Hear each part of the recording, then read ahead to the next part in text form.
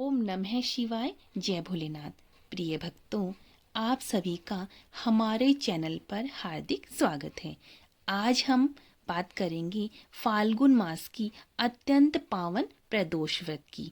यह व्रत भगवान शिव की विशेष कृपा पाने के लिए अत्यंत शुभ माना जाता है।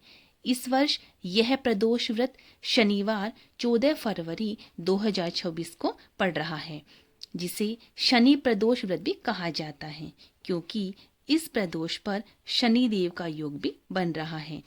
तो चलिए जानते हैं प्रदोष व्रत का महत्व, कथा और पूजन विधि। सायकाल के बाद और रात्रि आने से पूर्व का जो समय है उसे प्रदोष कहते हैं। व्रत करने वाले को उसी समय भगवान शंकर का पूजन करना चाहिए। प्रदोष व्रत करने वाले को त्रयोदशी के दिन दिन भर भोजन नहीं करना चाहिए। शाम के समय जब सूर्यास्त के 3 घड़ी का समय शेष रह जाए तब स्नानादि कर्मों से निवृत्त होकर श्वेत वस्त्र धारण करके संध्या वंदना करने के बाद शिव जी का पूजन आरंभ करें। शिव जी के पूजन के समय कथा कही जाने वाली प्रदोष की कथा। पूर्व काल में पुत्रवती ब्राह्मणी रहती थी। उसके 2 पुत्र थे। वह ब्राह्मणी बहुत निर्धन थी। देव योग से उससे एक दिन महर्षि सांडिल्य के दर्शन हुए। महर्षि के मुख से प्रदोष व्रत की महिमा सुनकर उस ब्राह्मणी ने ऋषि से पूजन की विधि पूछी। उसकी श्रद्धा और आग्रह से ऋषि ने उस ब्राह्मणी को शिव पूजन का उपयुक्त विधि विधान बतलाया और उस ब्राह्मणी से कहा, तुम अपने दोनों पुत्रों से शिव जी की पूजा कराओ। इस व्रत के प्रभाव से तुम्हें 1 वर्ष के पश्चात पूर्ण सिद्धि प्राप्त होगी। उस ब्राह्मणी ने महर्षि सांडिल्य के वचन सुनकर उन बालकों के सहित नतमस्तक होकर मुनि के चरणों में प्रणाम किया और बोली, हे ब्राह्मण, आज मैं आपके दर्शन से धन्य हो गई हूँ। मेरे ये दोनों कुमार आपके सेवक हैं। आप मेरा उद्धार कीजिए। उस ब्राह्मणी को शरणागत जानकर मुनि ने मधुर वचनों द्वारा दोनों कुमारों को शिवजी की आराधना विधि बतलाई। तदंतर वे दोनों बालक और ब्राह्मणी मुनि को प्रणाम कर शिव मंदिर में चले गए। उस दिन से वो दोनों बालक मुनि के कथा अनुसार नियम पूर्वक प्रदोष काल में शिव जी की पूजा करने लगे। पूजा करते हुए उन दोनों को 4 महीने बीत गए। एक दिन राजसूत की अनुपस्थिति में शुचिव्रत नाम स्नान करने नदी किनारे चल गया और वहां जल क्रीड़ा करने लगा। संयोग से उसी समय उसे नदी की दरार में चमकता हुआ धन का बड़ा सा कलश दिखाई दिया। उस धन पूरित कलश को देखकर शुचिव्रत बहुत प्रसन्न हुआ। उस कलश को वह सिर पर रखकर घर ले आया। कलश भूमि पर रखकर वह अपनी माता से बोला, हे माता, शिवजी की महिमा तो देखो। भगवान ने इस घड़े के रूप में मुझे अपार संपत्ति दी है। उसकी माता घड़े को देखकर आश्चर्य करने लगी और राजसूत को बुलाकर कहा, बेटे, मेरी बात सुनो। तुम दोनों इस धन को आधा आधा बांट लो। माता की बात सुनकर शुचिव्रत बहुत प्रसन्न हुआ, परंतु राजसूत ने अपनी असहमति प्रकट करते हुए कहा, हे माँ, यह धन मेरे पुत्र के पुण्य से प्राप्त हुआ है। मैं इसमें किसी प्रकार का हिस्सा लेना नहीं चाहता, क्योंकि अपने किए कर्म का फल मनुष्य स्वयं ही भोगता है। इस प्रकार शिव पूजन करते हुए एक ही घर में उन्हें 1 वर्ष व्यतीत हुआ। एक दिन राजकुमार ब्राह्मण के पुत्र के साथ बसंत ऋतु में वन विहार करने के लिए गया। वे दोनों जब साथ साथ वन से बहुत दूर निकल गए तो उन्हें वहां पर सैकड़ों गंधर्व कन्याएं खेलती हुई दिखाई पड़ी। ब्राह्मण कन्या उन गंधर्व कन्याओं को क्रीड़ारत देखकर राजकुमार से बोला, यहाँ पर कन्याएं विहार कर रही हैं। इसीलिए हम लोगों को अब और आगे नहीं जाना चाहिए, क्योंकि वे गंधर्व कन्याएं शीघ्र ही मनुष्यों के मन को मोहित कर लेती हैं। इसीलिए मैं तो इन कन्याओं से दूर ही रहूंगा। परंतु राजकुमार उसकी बात अनसुनी कर कन्याओं के विहार स्थल में निर्भीक भाव से अकेला ही चल गया। उन सभी गंधर्व कन्याओं में प्रधान सुंदरी उस समय आए हुए राजकुमार को देखकर मन में विचार करने लगी कि कामदेव के समान सुंदर रूप वाला यह राजकुमार कौन है।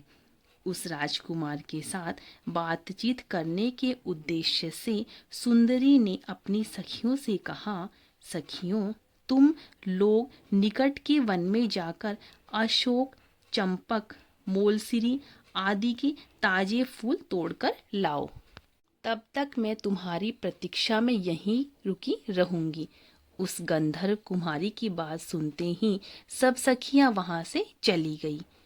सखियों के जाने के बाद वह गंधर्व कन्या राजकुमार को स्थिर दृष्टि से देखने लगी। उन दोनों में परस्पर प्रेम का संचार होने लगा। गंधर्व कन्या ने राजकुमार को बैठने के लिए आसन दिया।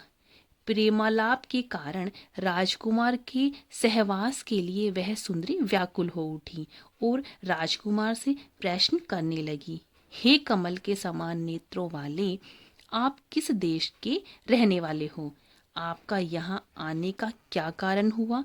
गंधर्व कन्या की बात सुनकर राजकुमार ने जवाब दिया, मैं विदर्भ राज का पुत्र हूँ। मेरे माता पिता स्वर्गवासी हो चुके हैं। शत्रुओं ने मुझसे मेरा राज्य हरण कर लिया है।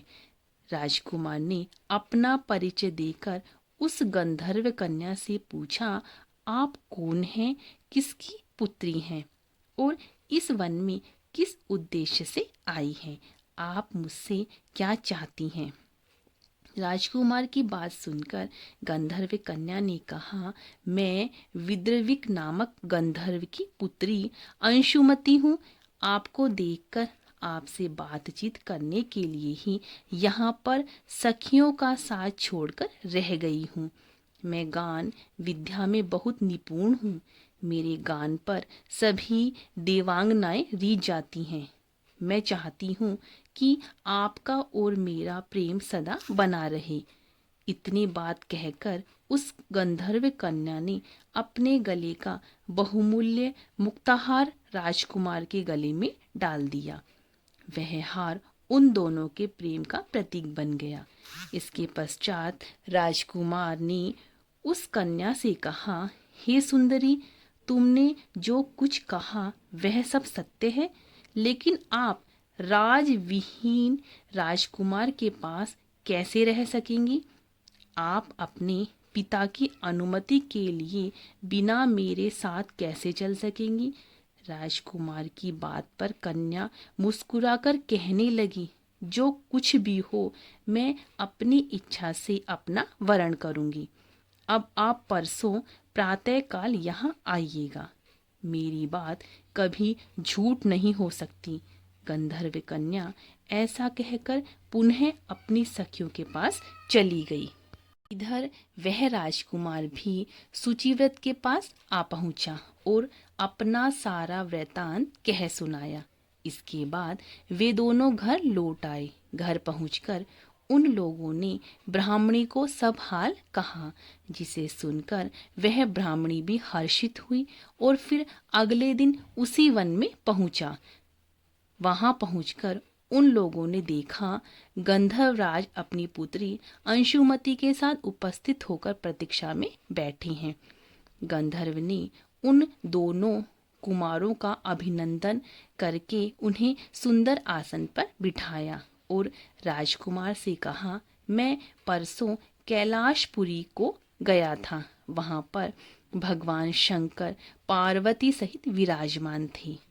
उन्होंने मुझे अपने पास बुलाकर कहा, पृथ्वी पर राज्ययुक्त होकर धर्मगुप्त नामक राजकुमार घूम रहा है।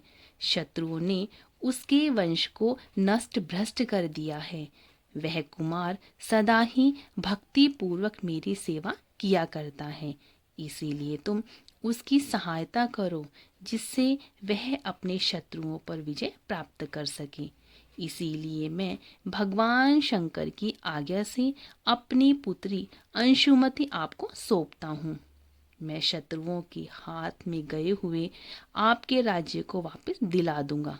आप इस कन्या के साथ 10,000 वर्षों तक सुख भोग कर स्वर्गलोक में आने पर भी मेरी पुत्री इसी शरीर में आपके साथ रहेगी। इतना कहकर गंधर्व राज ने अपनी पुत्री का विवाह राजकुमार के साथ कर दिया। दहेज में अनेक दास दासियां तथा शत्रुओं पर विजय पाने के लिए गंधर्वों की चतुरंगणी सेना भी दे दी। राजकुमार ने गंधर्वों की सहायता से शत्रुओं को नष्ट किया और वह अपने नगर में प्रविष्ट हुआ। मंत्रियों ने राजकुमार को सिंहासन पर बिठाकर राजाभिषेक किया। अब वह राजकुमार राज सुख भोगने लगा। जिस दरिद्र ब्राह्मणी ने उसका पालन पोषण किया था उसे ही राजमाता के पद पर आसीन किया गया। वह शुचिव्रत ही उसका छोटा भाई बना। इसी प्रकार प्रदोष व्रत में शिव पूजन के प्रभाव से वह राजकुमार दुर्लभ पद को प्राप्त हुआ। जो मनुष्य प्रदोष काल में अथवा नित्य ही इस कथा को श्रवण करता है वह निश्चित ही सभी कष्टों से मुक्त हो जाता है और अंत में वह परम पद का अधिकारी बनता है। भक्तों, ये थी प्रदोष व्रत कथा। आपको अगर ये मेरी कथा अच्छी लगी हो तो इसे ज़्यादा से ज़्यादा भक्तों में शेयर करें और मेरे चैनल को सब्सक्राइब करें। राधे राधे।